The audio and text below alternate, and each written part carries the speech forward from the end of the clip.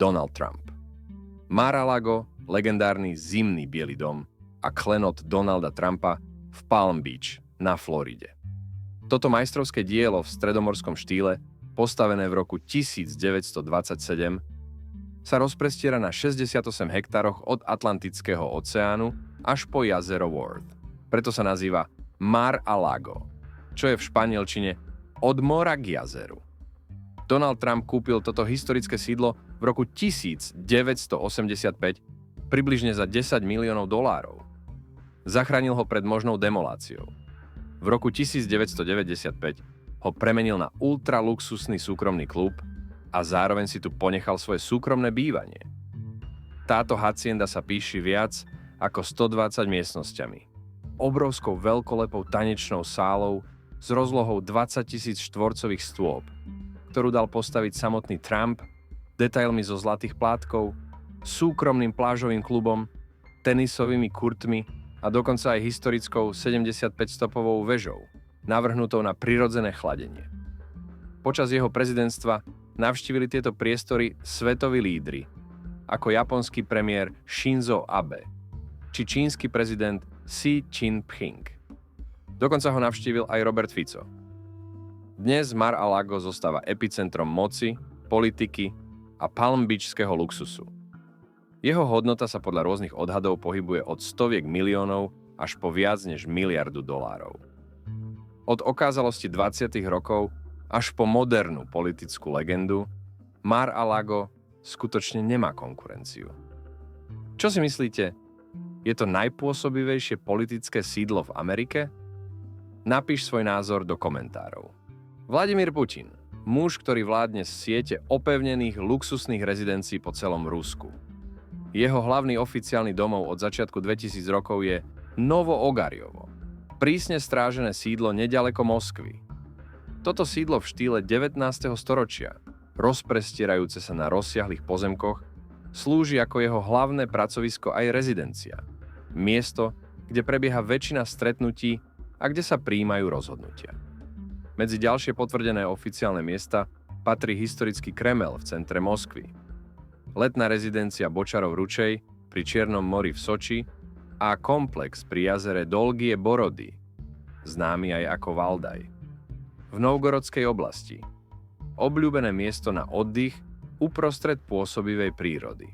Najviac diskutovaným je však neslávne známy Putinov palác pri Gelenžiku na pobreží Čierneho mora, obrovský komplex v talianskom štýle, ktorý v roku 2021 odhalil tým Alexeja Navalného.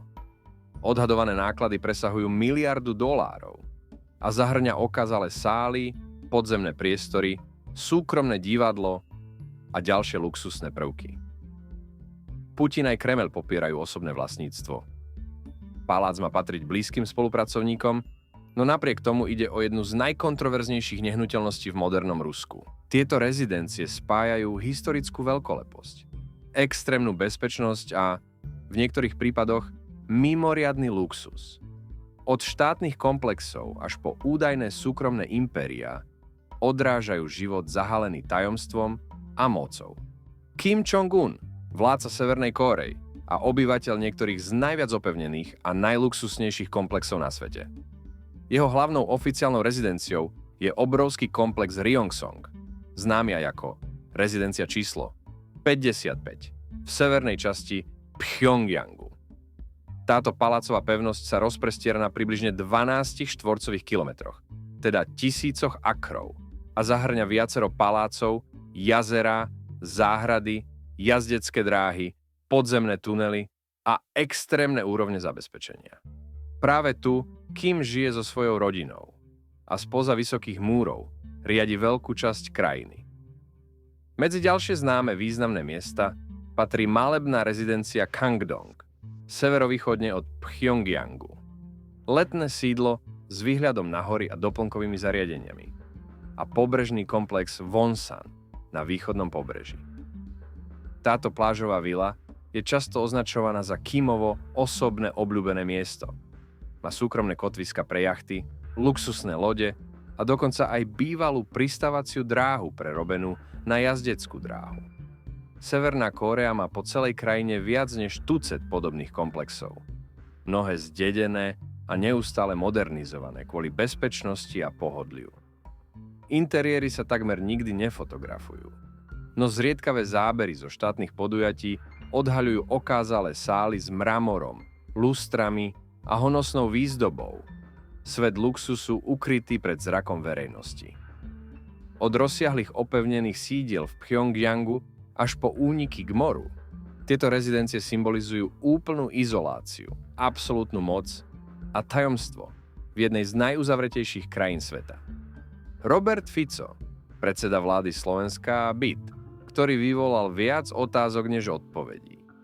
Robert Fico stal majiteľom luxusného veľkometrážneho bytu v projekte Sokolská Residence pod Bratislavskou Kalváriou. Byt kúpil od poslanca Smeru Dušana Muňka za 509 000 eur, cenu, ktorú realitní odborníci považujú za výrazne podhodnotenú. Podľa znalcov sa trhová hodnota nehnuteľnosti pohybuje od 750 000 až po takmer 1 000 000 eur. Samotný Muňko pritom uviedol, že byt kupoval za približne 600 000 eur. Byt má obytnú plochu 135 metrov štvorcových a nachádza sa na najvyššom podlaží novostavby.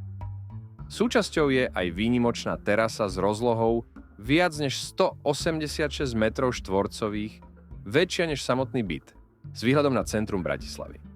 Ide o tzv. Penthouse, najluxusnejší typ bytu v projekte.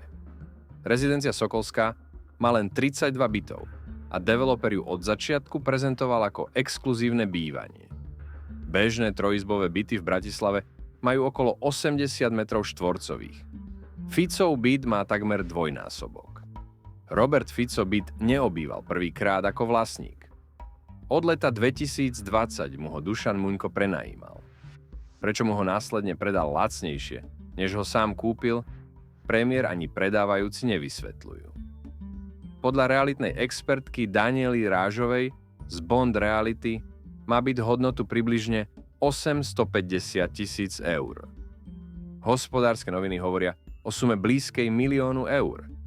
Podľa zmluvy má Fico zaplatiť 150 000 eur do 3 mesiacov a zvyšných 359 000 eur do 6 mesiacov, buď prevodom alebo hypotékou. Byt zatiaľ nie je zaťažený hypotékou. Na otázky médií premiér reaguje odmietavo. Tvrdí, že si kúpil trojizbový byt ako mladé rodiny a považuje kauzu za umelo nafúknutú. Od rozsiahlych opevnených sídiel v Pchjongjangu až po úniky k moru, tieto rezidencie symbolizujú úplnú izoláciu, absolútnu moc a tajomstvo v jednej z najuzavretejších krajín sveta.